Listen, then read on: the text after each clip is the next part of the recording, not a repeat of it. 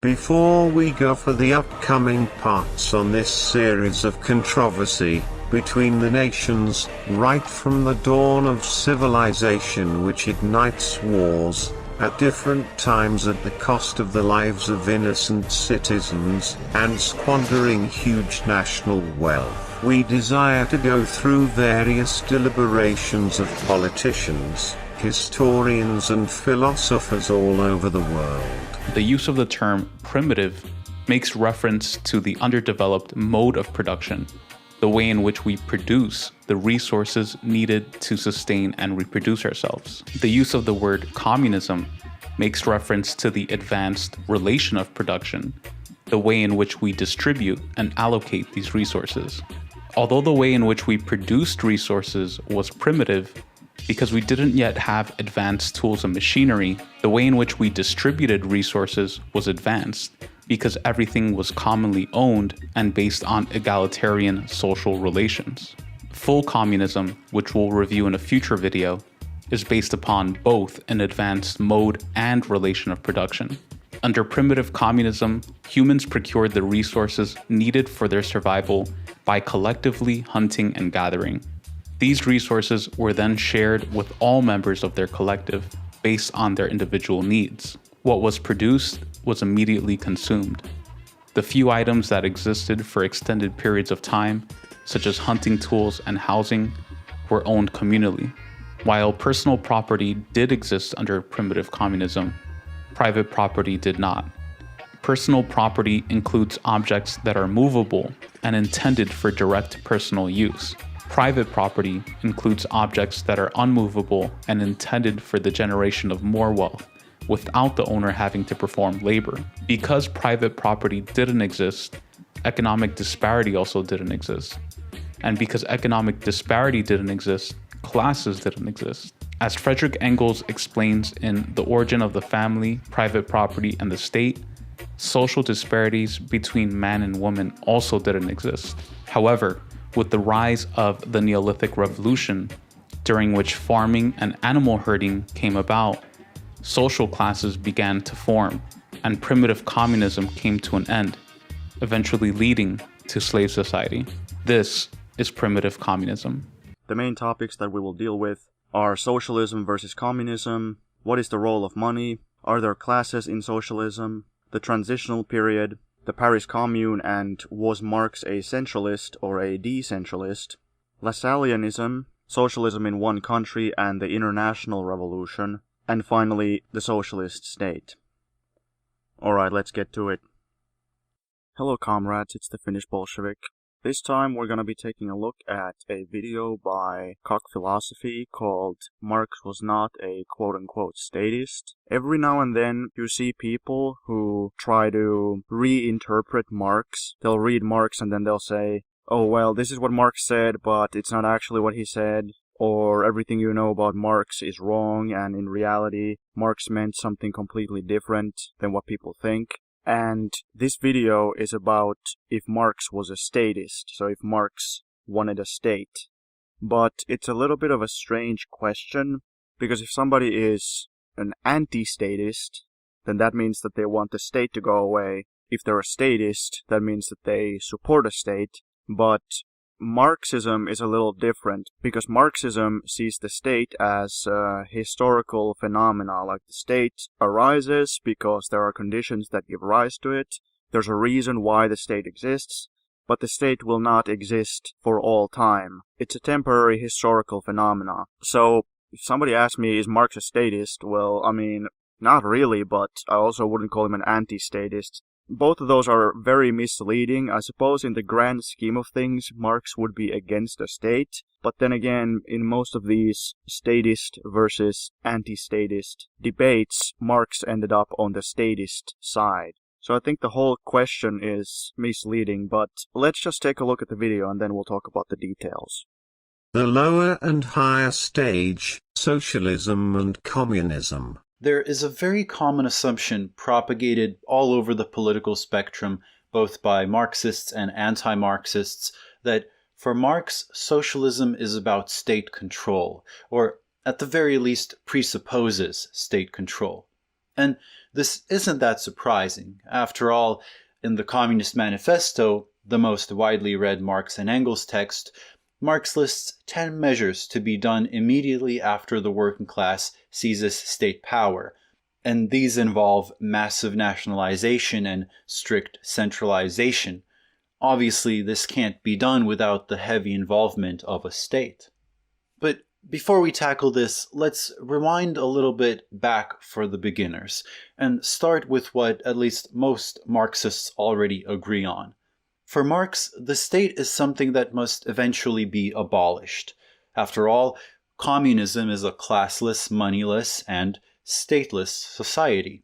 However, so the common narrative goes, before the state can be abolished, it must first be seized by the working class, utilized to establish socialism, and once communism is on the horizon, the state will naturally wither away.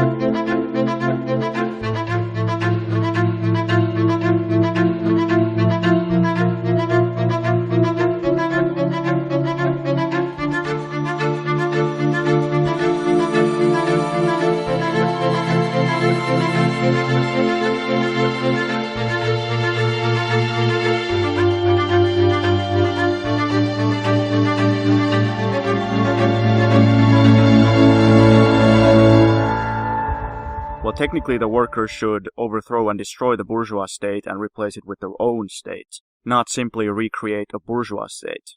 So this is the common narrative that you have likely seen before.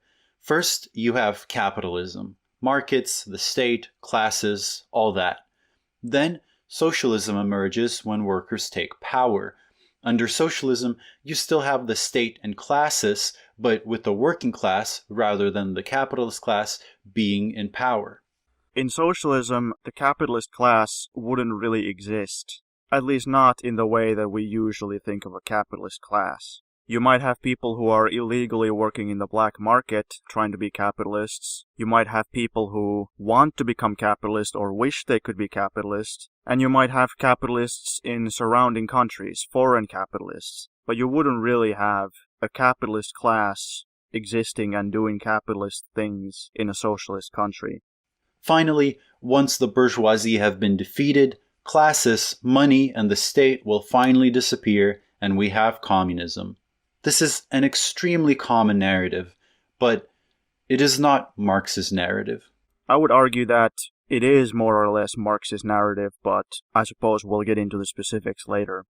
We should point out that Marx never distinguished between socialism and communism, in the sense that the former comes first and the latter comes after. He didn't use the word socialism that often, preferring to use communism. And when he did use it, he usually used it interchangeably with communism, as they were generally used interchangeably in the socialist theory of his time. The only times that Marx or Engels actually distinguished socialism from communism was when they used socialism to refer to socialist tendencies they were against. That's technically true, but it's used in a bit of a misleading way. Communism is a French word. I think it probably comes from the French utopians. Socialism is a German word. So they obviously have different origins. They meant something sort of similar, so they were used a little bit interchangeably at the time. For example, Marx calls the utopians critical utopian socialists or critical utopian communists, so he doesn't make a distinction there.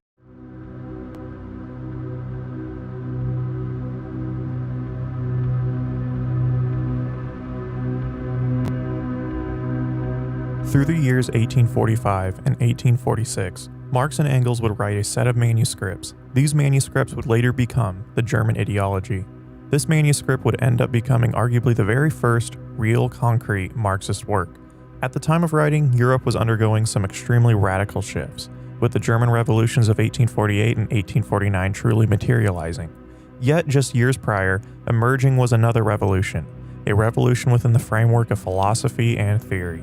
This newer philosophical revolution spawned from Hegel. Yes, Marx and Engels thought that communism was a better term, so they called themselves communists, the Communist Manifesto and so on. But this idea that socialism is an earlier stage, and then communism is the second stage that comes after that, and that socialism is like a transition, and communism is the end goal, that idea still comes from Marx, even if the terminology was a little different. So these days we would call the earlier stage socialism. And I think that this probably comes from Lenin's State and Revolution. I don't know if that's the absolute first place where this was used, but at least Lenin in State and Revolution calls the earlier stage socialism, and he calls the latter stage communism. Marx also made a distinction between the earlier stage and the final stage, but he called them both communism. He just called the earlier stage lower communism, or lower phase communism, or lower stage communism, and he called the final stage full communism, or the higher phase of communism, or the higher stage of communism. So this idea that there is an earlier stage where the workers have already taken over the means of production, the factories, the workplaces, and that there is a later stage where the state withers away, this still all comes from Marx. The only difference is that Marx didn't call the first stage socialism, he called it lower stage communism.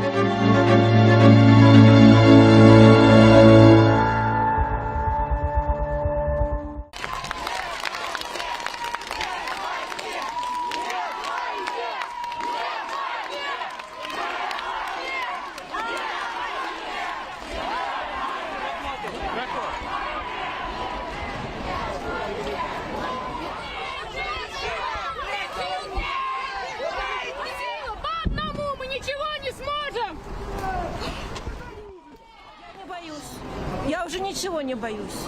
Самое ценное, что они могут от нас отнять, это жизнь детей. Я жизнь ребенка своего не отдам.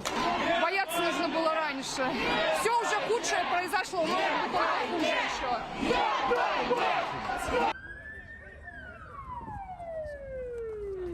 Демонстрация.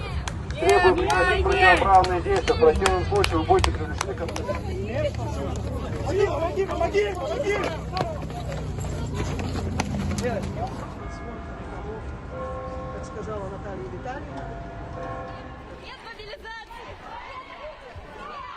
Нет войне! Нет войне! Спокойно, аккуратно с вами!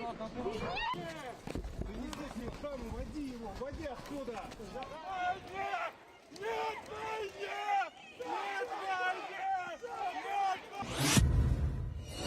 A rare and eye-opening sight across Russia, people fleeing that country. A day after Vladimir Putin called up 300,000 reserve troops to fight in Ukraine. It's the first such call-up in Russia since World War II. And look at this video. This shows a time-lapse of flights leaving Russia yesterday on a flight tracker website. You can see here many flights going to Turkey, Armenia, Kazakhstan, where Russians can travel without a visa. Others are hitting the roads. Look at this. The video shows long lines of cars waiting to cross from Russia into Georgia. Officials in Finland report a similar thing at their border. All of this as tearful families were bidding farewell to men leaving to go join the Russian military. This video shows them boarding buses after hugging their family members outside a stadium in eastern Siberia. A man held a child to the window of a bus to wave goodbye to a loved one. Meantime, our Secretary of State, Tony Blinken, today addressed the United Nations Security Council to try to rally support for his campaign against Putin. One man chose this war. One man can end it. Because if Russia stops fighting, the war ends. If Ukraine stops fighting, Ukraine ends. Blinken's Russian counterpart, Sergei Lavrov, spoke too. That was different. He was belligerent. Lavrov accused Ukraine of being a Nazi state, said there was no war crime in Bucha, period, and alleged the Ukrainians are committing atrocities against the invading Russians. He offered no evidence to support any of that. After the speech, Lavrov stormed out of the Security Council, visibly angry. The Ukrainian foreign minister said this afterwards. Russian diplomats flee almost as aptly as Russian soldiers. Fleeing the battlefield, fleeing the draft orders, and fleeing the floor of the UN. Michael McFaul, now former U.S. ambassador to Russia. Michael, thanks so much. Is there a way the West can capitalize on what appears to be, I don't know, a lot of unrest in Russia? Well, Mr. Putin's having a bad several weeks, right? He lost the beginning of the war in the Battle of Kiev. He's now lost this incredible setback around the second largest city in Kharkiv. And so he's decided to take this very dramatic step that he promised the Russian people he wouldn't do, which is this mobilization. And as you just showed, lots of people don't like it. Thousands demonstrating. First time we've seen that since the beginning of the war. And you can rest assured that if thousands are demonstrating, tens, if not hundreds of thousands of Russians share that view. They just don't want to get arrested. And then people fleeing in any way they can, causing, I think, Mr. Putin some real troubles at home in terms of the legitimacy of this war. Those Russian troops, Michael, have already suffered losses. Is there any reason to believe that these reservists he's calling up, without any training right this minute or weapons that we know about, are going to be any more competent? Not at all. I don't think, military experts I trust say exactly what you just said. It'll take the long time for them to get there. And if you don't know why you're fighting, you don't fight very hard. I think that's a piece of this war that we have to understand. The Ukrainians don't have the same weapons. They don't have the same numbers as the Russian army, but they have the will to fight because they're fighting for their homeland. When you listen to these people being drafted, I listened to lots of interviews on the street over the last 24 hours. Many say, I'm not going to go fight. But those that do say they're going to go fight, they can't even explain why.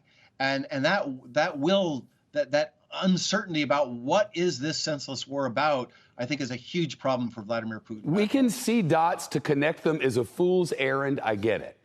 But from what we see and what we've heard firsthand sources on the ground, do you see any possibility that this Russian military is in real trouble? Or is that something we're just sort of dreaming up in a propaganda way that people who take a side do? Well, they have proven that they can't hold the territory that they conquered. What we saw around Kharkiv in particular, extraordinary reversals on the battlefield. We haven't seen that very often in history. That said, they also are, as you're pointing out, they have a big military. They have a big place in Crimea that they've occupied since 2014, in parts of the Donbass where they de facto have controlled it since 2014. So I think this war is far from just a few months of being over, tragically. And what Putin has signaled right now is he's not trying to cut a deal. He's doubling down. That suggests it's going to go on for a while. Yep, sounds like it. We'll watch. Thanks very much.